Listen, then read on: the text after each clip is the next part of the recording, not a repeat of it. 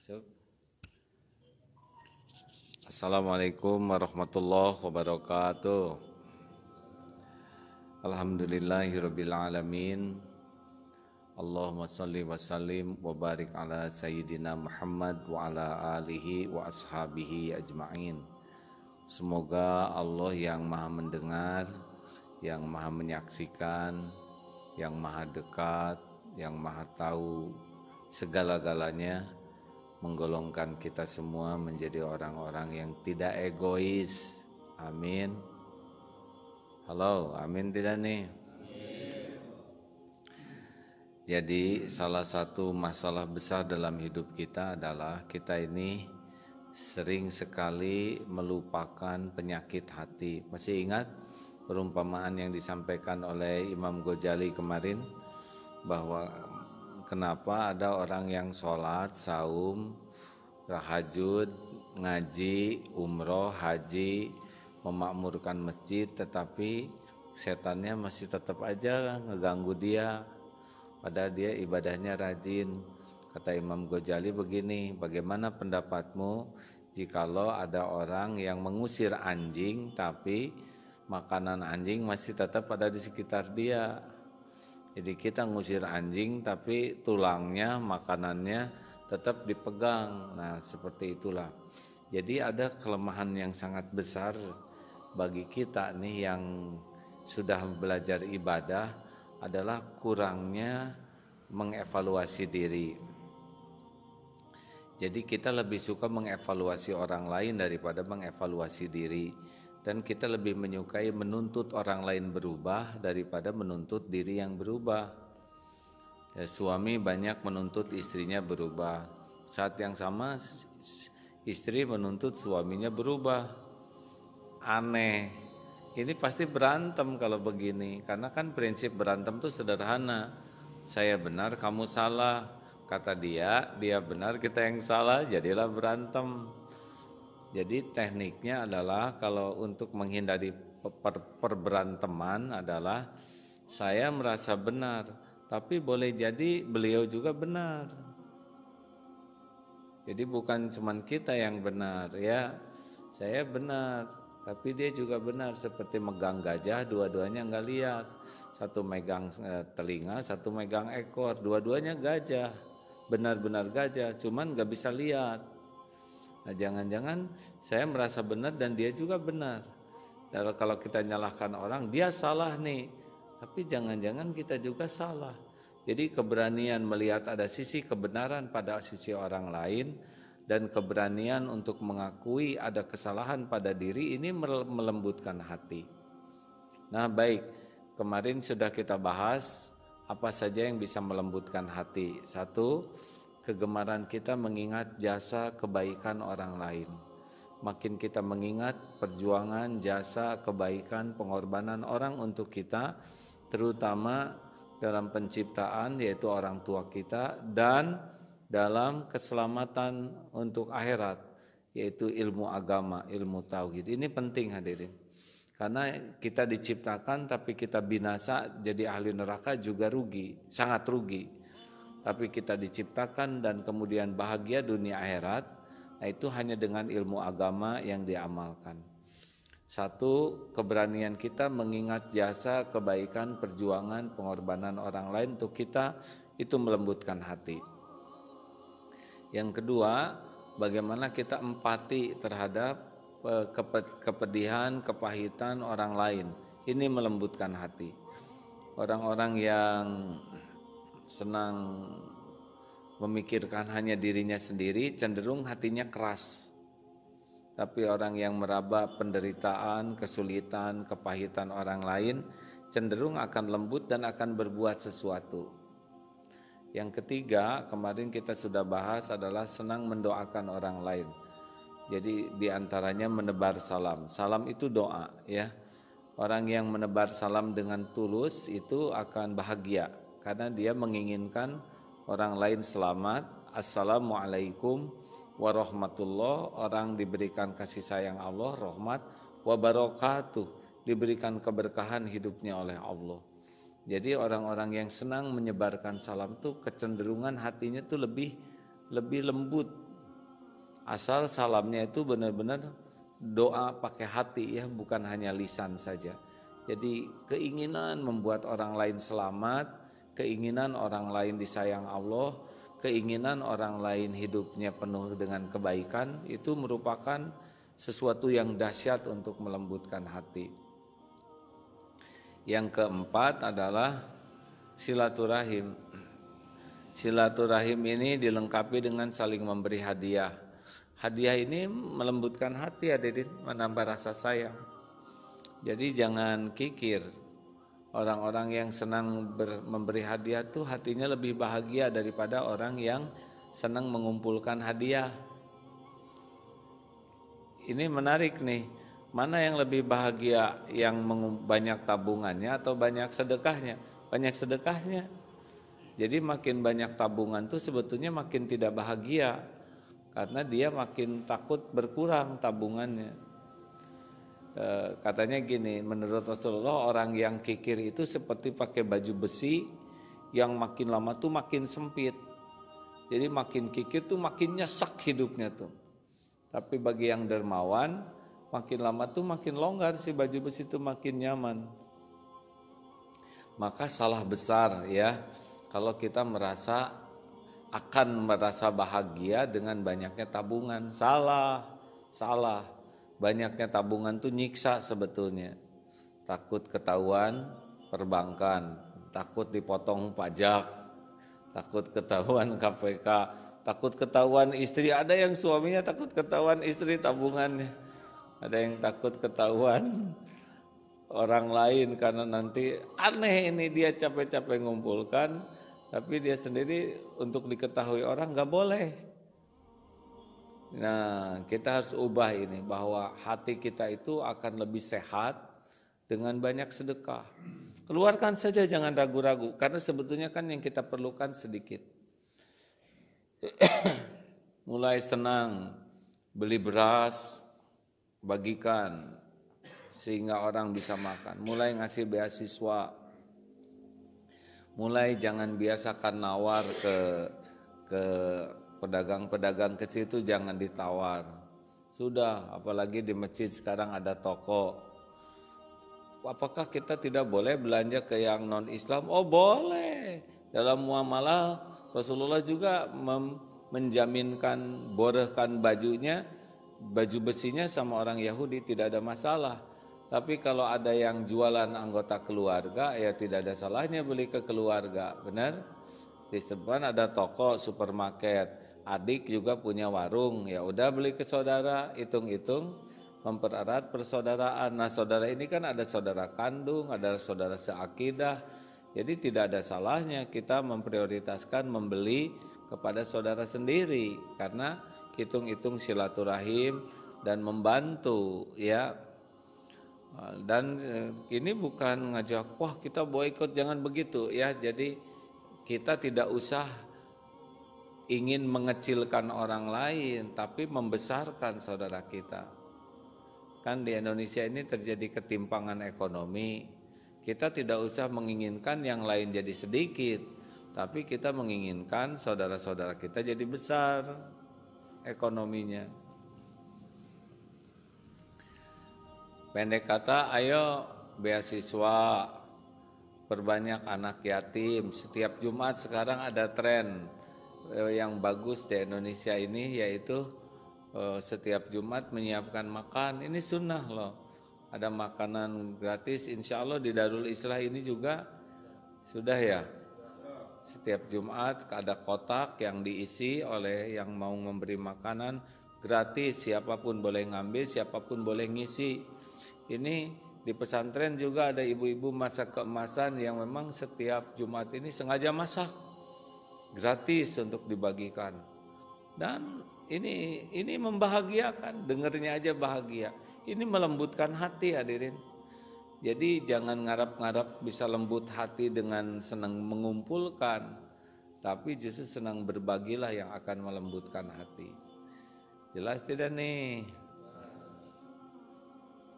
Apalagi yang bisa melembutkan hati selain yang 4 tadi? Ya, membelai anak yatim. tentu saja anak yatimnya yang anak-anak betulan ya, karena ada juga mahasiswi anak yatim. Bapak kenapa ketawa? Sudah kakek-kakek ini kan kelompok pensiunan, gak usah banyak keinginan. Anak yatim asli, bukankah Bapak juga yatim piatu ya? Masa saya ngebelai aki-aki?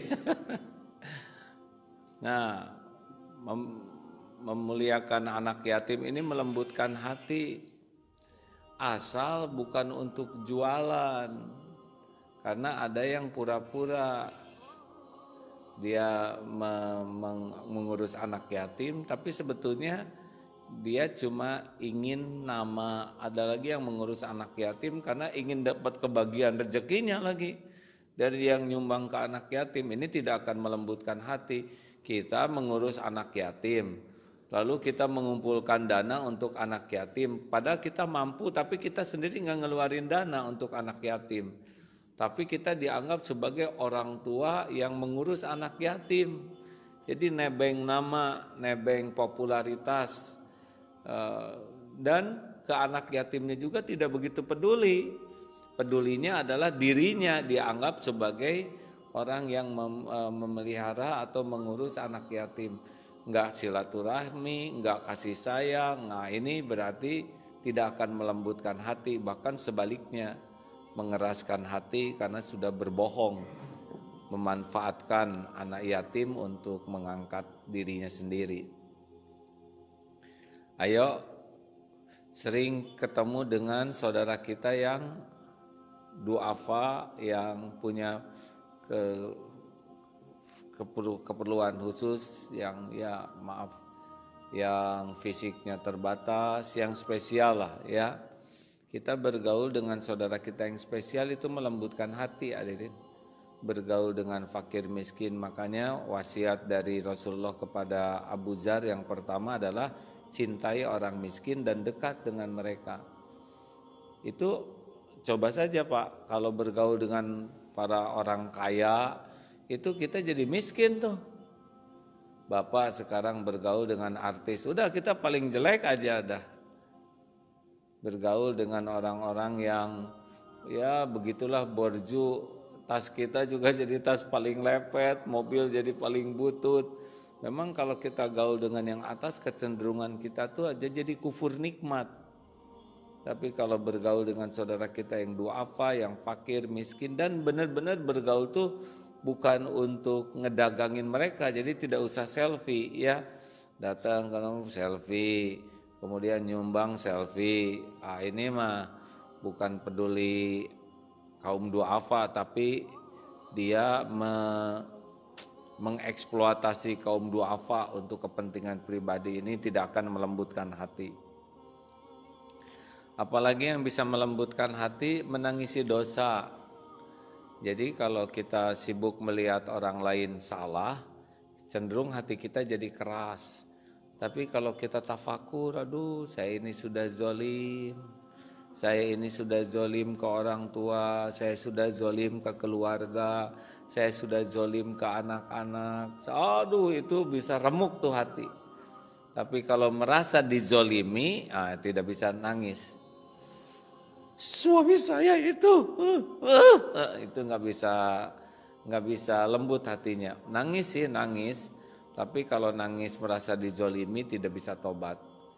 Saya merasa ditipu, nangis ya, karena usahanya habis. Tapi kalau ini adalah buah dari dosa saya sering menyakiti orang lain, saya sering menzolimi, astagfirullah. Makin banyak air mata tobat, makin lembut hati kita.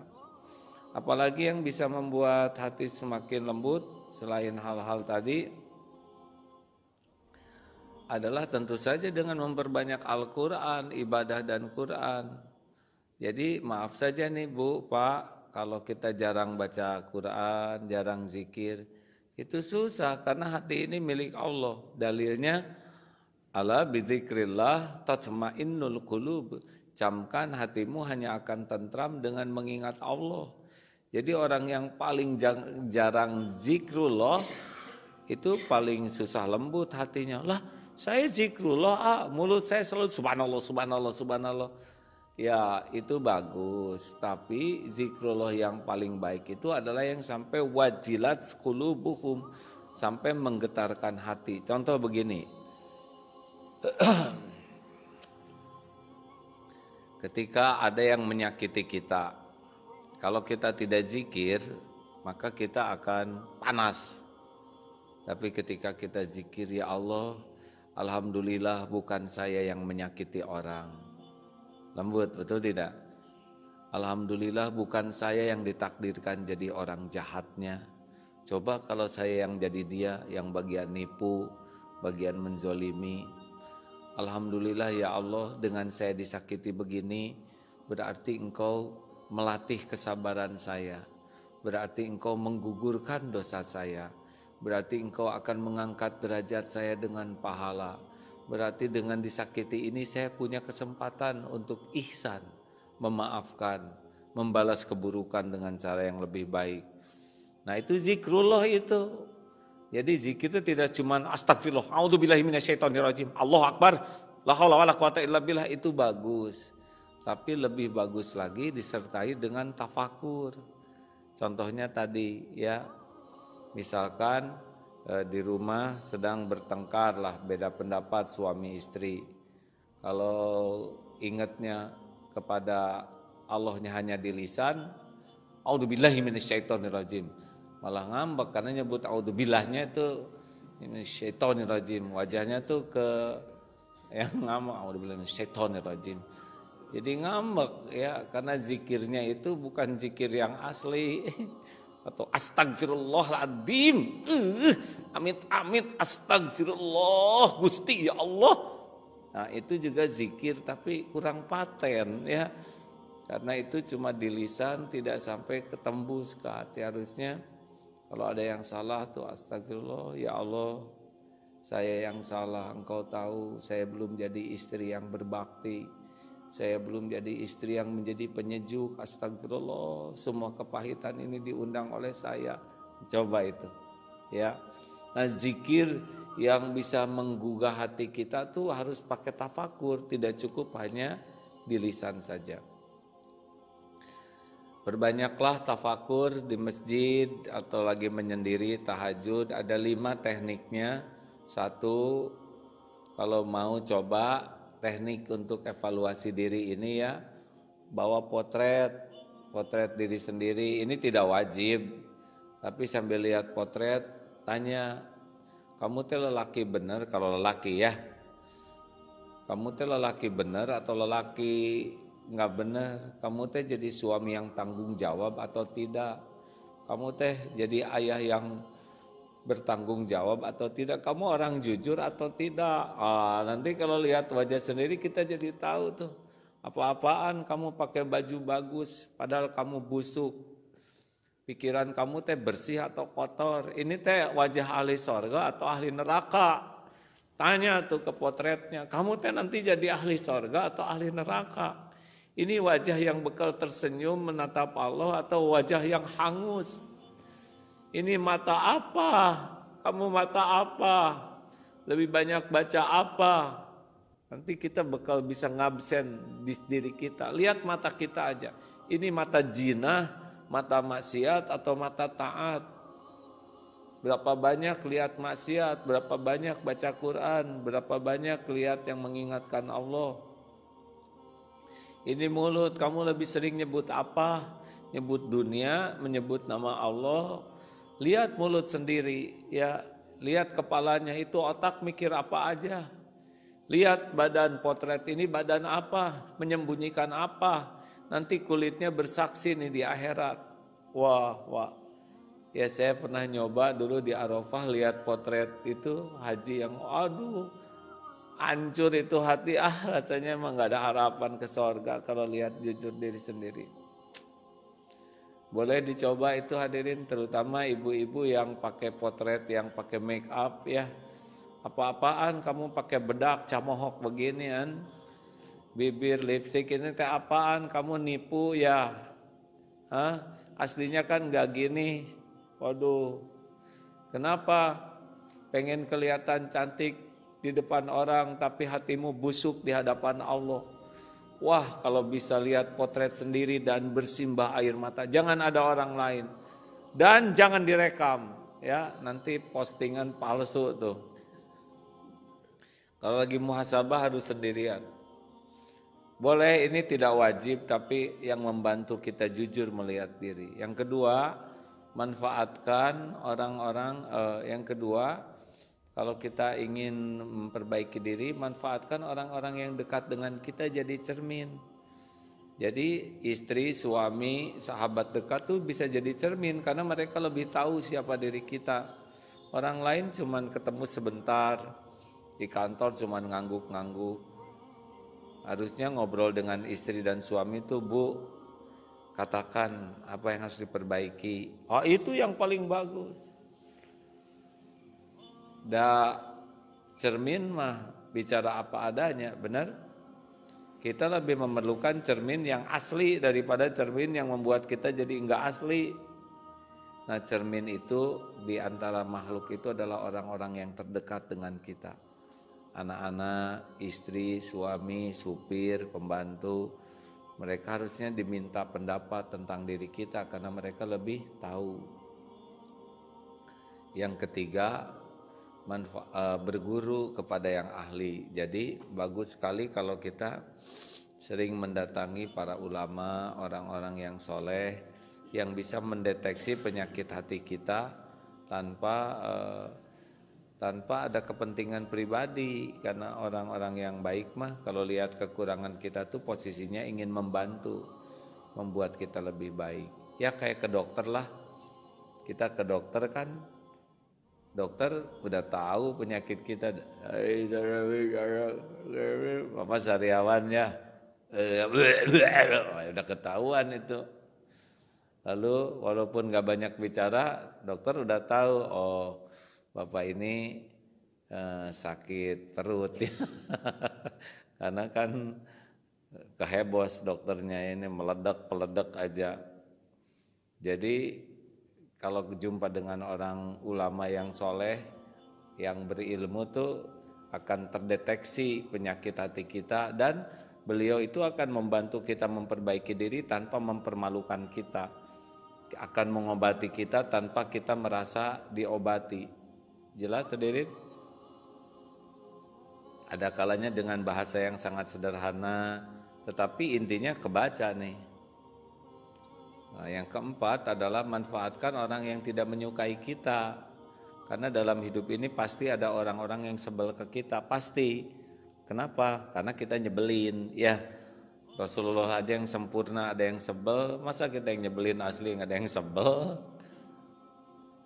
Nah, sayangnya kita menganggap mereka itu musuh, padahal mereka itu aset.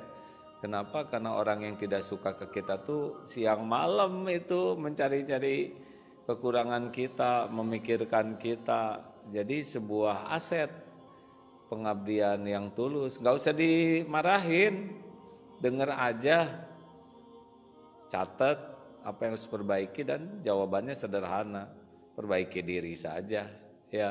PDLT. Daripada kita sibuk bela diri, biasanya cuma pengen dinilai orang. Sibuk aja memperbaiki diri, nanti Allah ridho, orang akan dibalikan hatinya. Kita nggak bisa ngebulak-balik hati orang. Dan yang terakhir adalah lihat kejadian di sekitar, di TV, di media. Kita bisa lihat tuh di acara ILC itu, kita bisa lihat beragam karakter, benar? Di acara-acara apapun, di TV atau di teman di masjid, di tetangga kita bisa belajar banyak nih dari teman kita ngobrol nih. Kebaikannya apa, bisa kita tiru, keburukannya apa, supaya kita tidak melakukan keburukan yang sama. Jadi kalau gaul itu belajar, bukan hanya untuk melihat dan mengomentari, termasuk acara di media-media itu tempat pembelajaran. Asal kita tafakur, oh ini baik nih, oh saya harus seperti itu, oh ini tidak baik nih, saya tidak boleh melakukannya, gitu. Jadi setiap waktu kita bisa mengevaluasi diri, setiap waktu kita bisa memperbaiki diri. Terima kasih sahabatku sekalian, mudah-mudahan ada hikmah dan manfaatnya. menghadapi akhir tahun 2018 biasa-biasa saja, tidak usah ada persiapan spesial, biasa aja, tidur lebih awal dan bangun nanti jam 2, setengah 3 atau jam 3 untuk tahajud ya. Tidak usah keluyuran, bisa meninggal. Sekarang ini lagi musim bencana, tidak layaklah kita berhura-hura dikala sebagian saudara kita ada yang menderita, apalagi bagi umat Islam itu kan tidak perlu kita merayakan yang memang tidak perlu dirayakan.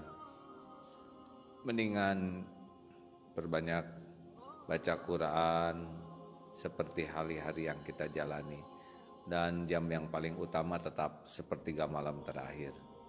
Tidak usah melakukan persiapan khusus untuk akhir tahun, karena siapa tahu tanggal-tanggal ini akhir hayat ya. Harus lebih siap, jangan sibuk dengan akhir tahun, tapi sibuklah dengan akhir hayat yang bisa datang kapanpun juga. Semoga ada hikmah dan manfaatnya. Sekali lagi mohon maaf dari Masjid Darul Islah BSD. Assalamualaikum warahmatullahi wabarakatuh.